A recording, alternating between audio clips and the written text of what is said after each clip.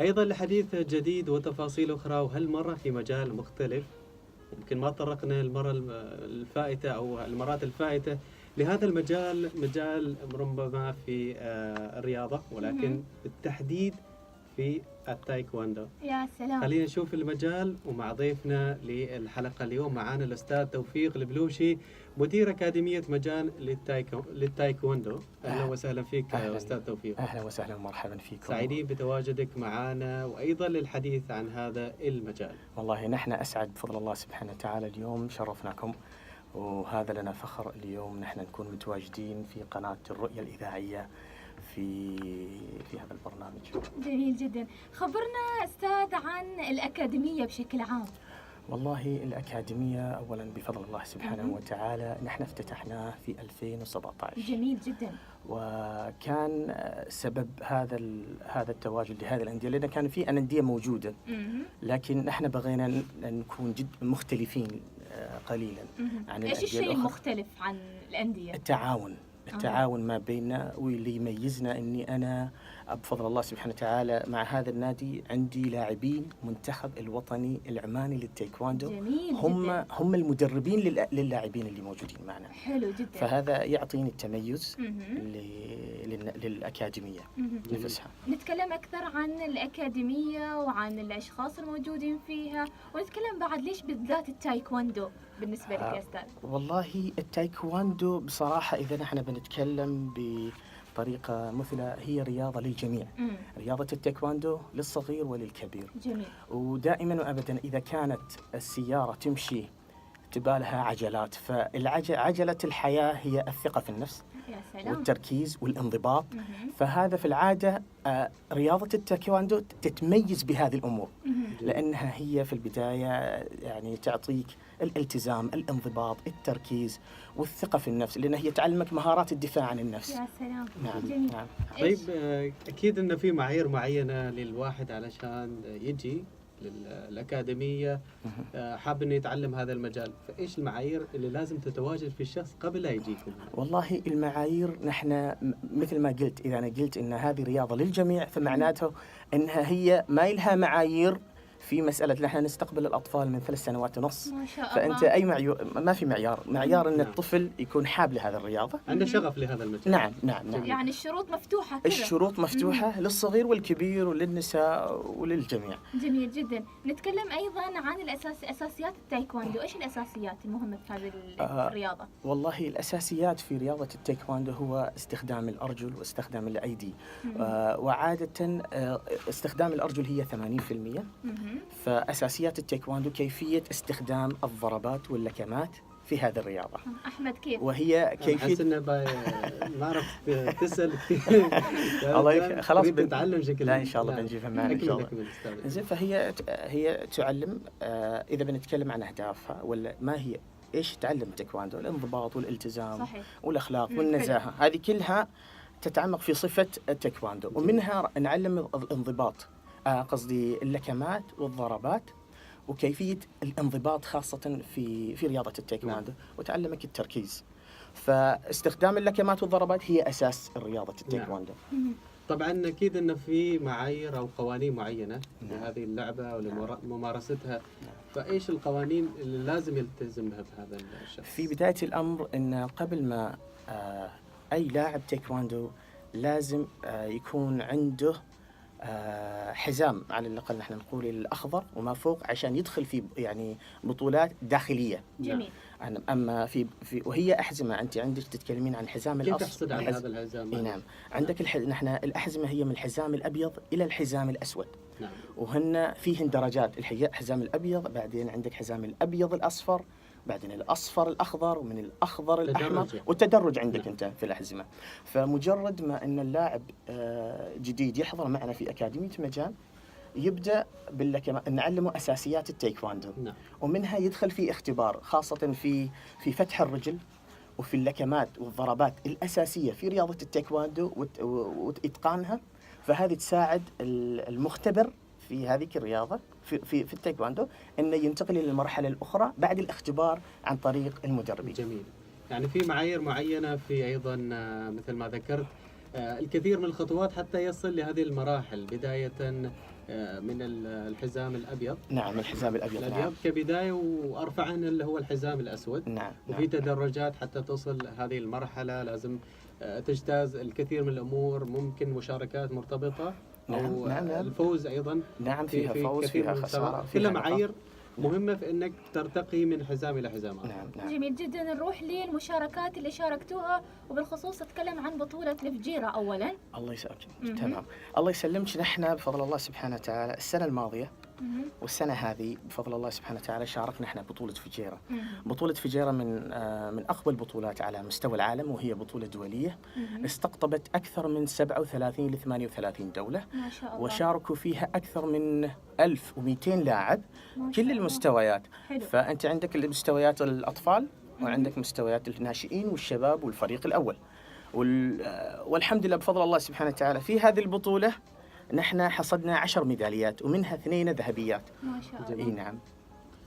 طيب نعم، إذا جينا للمقبلين على الأكاديمية، هل شفت تزايد هناك اللي حابين يتعلموا هذا المجال؟ نعم. هذه الرياضة؟ مثل ما ذكرت لك ان في البداية ان في كانت أندية موجودة، لكن بعد ما دخلت أندية جدد وأنعشت السوق. نعم. بهذه الطريقة نحن نقول، فصار في ازدياد المحطات الأكاديميات هذه، صار في ازدياد تنافس. نعم. وهذا رفع من مستوى التنافس في عمان. جميل. بعد ما تواجد أكثر من والمخرجات في هذا. نعم، لأنها في نهاية المطاف هي تروح لصالح الوطن، أنك تخرج لاعبين متقنين في هذه الرياضة. نعم. يرفعوا علم السلطنة في محافل الدولية. جميل جدا. نتكلم عن القرية الرياضية واللي كانت بالأمس مشاركتكم في جامعة السلطان قابوس، خبرنا عن هذه التجربة. والله بصراحة هذه تجربة كانت جدا جميلة ومتميزة بتواجدنا مع القرية الرياضية. جميل. فهي كانت مبادرة من جامعة السلطان عن طريق وزارة الشؤون الرياضية. جميل. طلبوا مننا نحضر هذا العرض، وقدمنا العرض قدام السيدة حجيجة آل سعيد، فكان انطباعهم جدا ممتاز عن هذا. هل في سن معين تستقبلوهم، يعني اللي حابين يجوا في هذه الرياضة؟ مثل ما ذكرت سابقا، اللي هو إن من 3 سنوات ونص نحن نستقبلوهم، يعني ناخذ. وما في ماكسيموم؟ ما في ماكسيموم، إلى 60 إلى 70. لا بالفعل، أنا أقول لك ترى يوم أقول لك هي للجميع، لأنها هي ترفع من مستوى اللياقة البدنية في الجسم، وهي ترفع من مستوى مثل ما قال لك العقل السليم في الجسم السليم. بالضبط. أي نعم. والمكان مهيب. بيئة التايكواندو إن هي بيئة عادة تكون في صالة مغلقة، تهيئ الأطفال إن إذا كان صيف أو شتاء، فأنت تعرف عندك البيئة المناخ المناسب إن الأطفال والصغار والكبار يتدربوا. نعم. جميل جدا. هل كذا في أماكن مخصصة أيضا للنساء؟ نعم. نحن عندنا مدربات عمانيات. قلت لك إنك جالسة تمهد. إي ليش لا على عيننا. هي ليش لا؟ تضاربنا في لا ليش لا؟ في عندنا احنا مدربات عمانيات. حلو. وعندنا احنا حصص خاصة للنساء، حصص خاصة للأطفال، للبنات بعد نفس الشيء. وللنساء نحن عندنا 3 أيام في الأسبوع نقدم لهم رياضة التايكواندو. يعني أي الأيام اللي تقدمونهم؟ نحن عندنا الاثنين والثلاثاء والأربعاء. الاثنين والثلاثاء والأربعاء من الساعة 7:30 إلى 8. شوف جدولك يعني. إيه خلاص. يعني خلاص. بعد المغرب. أي نعم، بعد المغرب عشان يكون الوقت مناسب، خاصة بعد البرنامج جايتنا. أنا ضبط الأمور يا أحمد. في الأكاديمية. طيب يعني إذا جينا للجو المتدرب، أكيد إنه يعني في روتين اليومي، يعني من ناحية الغذاء، من ناحية التمارين.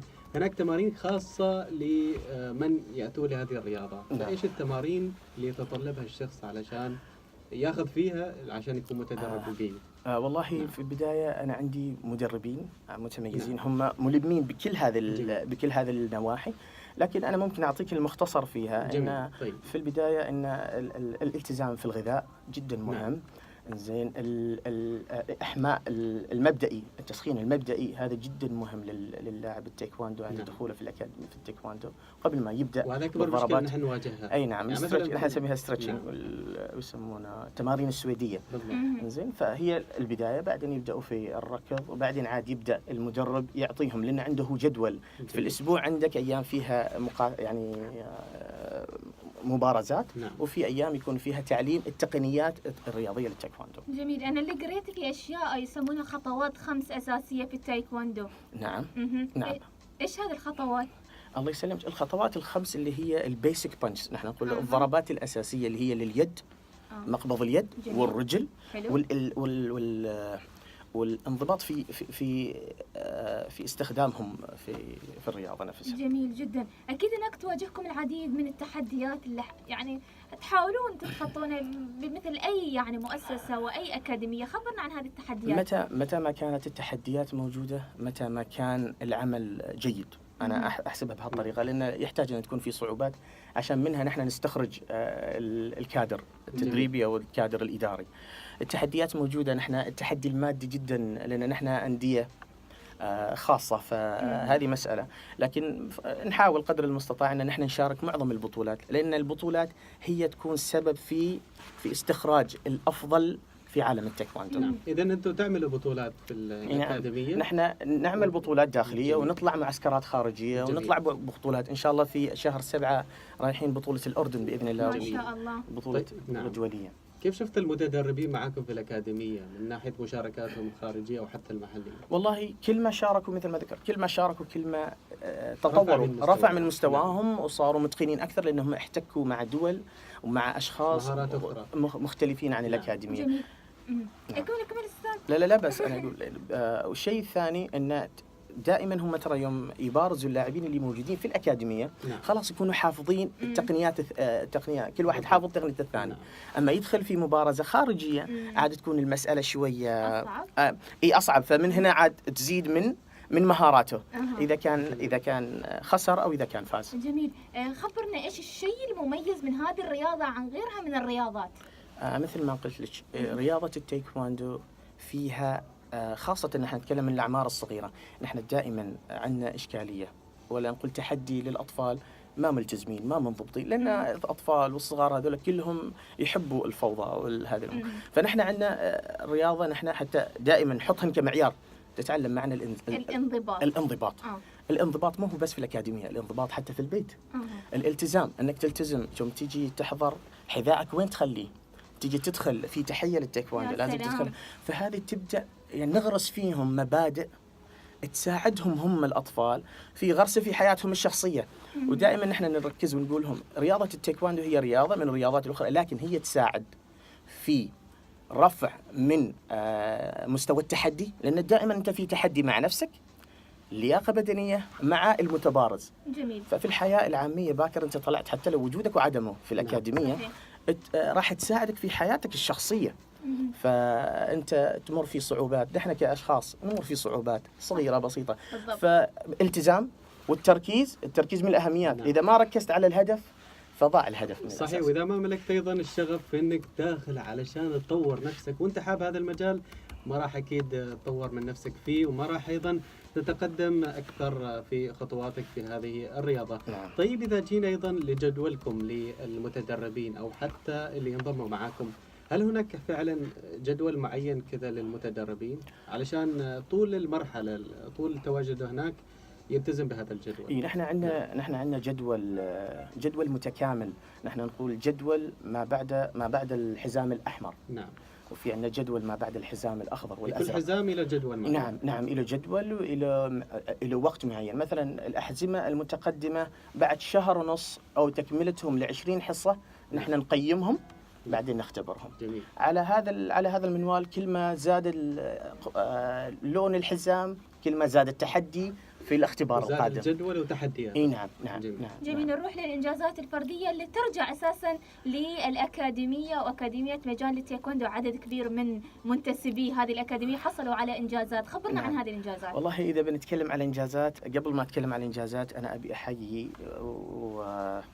أحيي لاعبين والمدربين أكاديمية مجال التايكواندو، وخاصة الماستر محمد المحروقي على حصوله في بطولة إسبانيا الدولية بالبرونزية. وهذا صار قبل أسبوع. زين. وهذا كان بالنسبة لنا نحن مو كنادي كسلطنة كبلد كوطن نحن نفتخر بهذا الإنجاز. نعم. وإذا كان الإنجاز جاي من النادي نعم. ومن غير كذا بفضل الله سبحانه وتعالى عندك لاعبين اللي أنجزوا في بطولات. عندك نبراس الوائلي في بطولة الأردن حصد على الميدالية الذهبية، وكانت هذه بطولة دولية واستقطبت أكثر من دولة من خارج البلد من خارج الوطن. ومن غير عندك أحمد الشقصي وعندك المعتصم المسكري، هذولا البارزين. وفي عندك مجموعة من البنات، عندك مآثر المسكرية، عندك سبأ، هذولا هذولا طاقم أفراد اللي هم أنجزوا إنجاز فردي، لكن رفع إلى مستوى عالمي وعلى السلطنة. يعني. جميل جدا. نروح للورش اللي سويتوها. هل سويتوا ورش كذا في عدد من الأماكن؟ اي نعم، الحمد لله. نحن سوينا عروض وسوينا ورش، نادينا معاهد حضروا معنا في الأكاديمية. سوينا لهم مبادئ رياضة التايكواندو. جميل. وسوينا برامج صيفية وشتوية في المدارس. وسوينا بعد نفس الشيء عروض للتايكواندو في جهات مختلفة. جميل. نحن قاعدين أنا وأحمد نشوف نصور الإنجازات، نشوف الطاقم الجميل معكم. أنا تشجعت لهذه الرياضة، مع أني كنت أشوفها ربما وما كنت ربما أتابعها بشكل كبير، ولكن كان عندي فضول. واليوم أنت من حديثك أيضا شجعتني لهذه الرياضة. وكل رياضة أيضا لها أسرارها، لها أيضا إنجازاتها، لها طابعها كذا الخاص الجميل اللي يميزها. وأكيد أنتم في الأكاديمية تسعوا أيضا لصقل هذه المواهب، جعلها مواهب منجزة. نعم. حصاد إنجازات كبيرة بإذن الله، لأن نحن نتكلم عن الجيل القادم. إذا ما بنيناهم على البنية الصحية صح، ما راح يستفيدوا لا تركيز ولا انضباط ولا التزام، إذا كان التايكواندو أو في حياتهم الشخصية. بالضبط. فنحن من هذا الباب ومن هذا المنطلق نحن نسعى في رفع هذا الرياضة، يعني في نشر هذه الثقافة. ثقافة رياضة التايكواندو، لأنها تعطيك شيء انضباطي، فهذه تساعد للأطفال. يعني إذا كان العقل السليم مثل ما يقولك في الجسم السليم، الطفل ما يقدر يركز في الدراسة إلا إذا انضبط في رياضة معينة، لأنها تساعده وترفع من مستوى التركيز في الدراسة. هذه معلومة أول مرة يعني. يعني دائما صح الواحد الرياضة تساعد في حل الواجبات، في المذاكرة، لأنها ترفع من مستوى التركيز. يعني أنت إذا كنت بصحة جيدة، كنت مواظب على الرياضة، أكيد أنك راح تكون بتركيز أكبر وأكثر. جميل. هل كذا الطلبة مثلا الحين، بما أن في طلبة كثير أكيد منضمين، كيف يوازنون يعني بين الواجبات المنزلية بين الأشياء الأخرى؟ لأن خليني أخبرك، هذا تميزنا فيها بعد للعلم، أن معظم الأندية اللي نحن نتشرف بوجودهم وما شاء الله قايمين بأعمالهم بفضل الله سبحانه وتعالى، يدربوا 3 أيام في الأسبوع معظمهم. أوكي. زين. نحن غيرنا القاعدة، تميزنا إن نحن نتدرب 5 أيام في الأسبوع من الأحد إلى الخميس. جميل. فنحن حتى ننسق مع أولياء الأمور، يا جماعة الخير أولادكم تبوهم 5 أيام في الأسبوع، السعر ثابت. نحن ما نتكلم عن السعر الحين، لكن نقول نحن ثبتنا السعر وخليناه 5 أيام، فهم ينسقوا جدولهم. يعني مثلا أحيانا في أطفال عندهم حصص قرآن وقت المساء، صح. وفي عندهم حصص إنجليزي، حصص أخرى. فنحن حاولنا قدر المستطاع أن نخلي الطاقم التدريبي متواجد يوميا. إذا مثلا اليوم أنت ما حضرت التمرين باكر، ما يفوتك التمرين. أوكي، حلو. فهذا يعطي شغف. أوكي خلاص، نحن إذا اليوم ما حضرت فباكر عندي حصة، فباكر عندي فرصة إني أحضر هذا التمرين. لأن إذا كان الجدول متضارب مع الحصص، اللي راح يصير إن اليوم اللي عليه تدريب عليه حصص قرآن، فصعب إنه يحضر، فاته يوم من ال3 أيام، فصعب إنه يواكب إلا إذا كان بعد يومين، فيصعب عليه. لكن إحنا فتحنا 5 أيام. جميل جدا.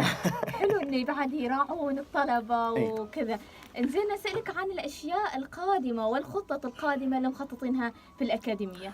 قبل ما نروح للخطط القادمة، أنا أبي أتكلم عن تاريخ عمان مع التايكواندو. يلا نسمع. زين.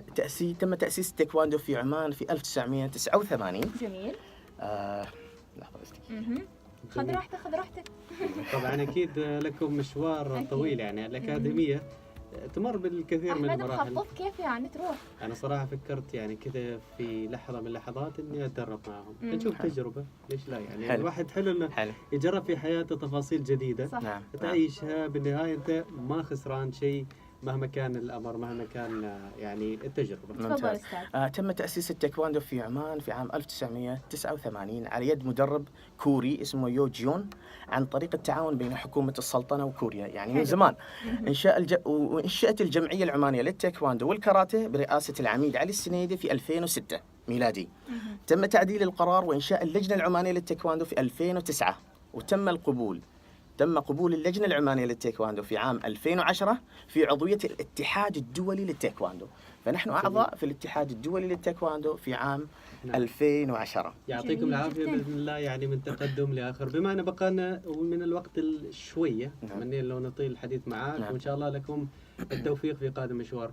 إيش خططكم المستقبلية؟ والله الخطط المستقبلية نحن مثل ما ذكرت لنا أهداف ومعايير نحن نمشي عليها طوال السنة، ونقيم أنفسنا على نهاية السنة. السنة هذه نحن نسأل الله يوفقنا في أكثر من الميداليات في بطولة أردن وبطولات عالمية على مستوى عالمي. في عندنا لاعبين راح يحضروا بطولة العالم للتايكواندو اللي راح تكون إذا ما غلطان في إيطاليا، راح تكون على مستوى عالمي، فمعظم لاعبين العالم الأفضل راح يكونوا متواجدين في هالبطولة. ولاعبين تم انتقائهم للمنتخب. يا سلام. انزين، اللي هم الشبيب الوهيبي وعبد الله الوهيبي، لهم كل التحية والاحترام. فإن شاء الله راح يمثلون السلطنة في هذه البطولة، ونسأل الله لهم الإنجاز. نتمنى لهم التوفيق، وأنا أتمنى لكم التوفيق، وشاكرين لك أيضا حديثك الجميل معنا أستاذ التوفيق البلوشي، مدير أكاديمية مجال للتايكواندو. شكرا جزيلا لك لتواجدك. والله مشكورين جماعة، ما قصرتوا، بارك الله فيكم، وفرصة سعيدة أن نكون معكم. نحن سعدنا. شكرا للأستاذ توفيق. نطير أيضا لحديث آخر، تفاصيل أخرى، مجال آخر، ولكن بعد الفاصل، فاصل وراجعكم.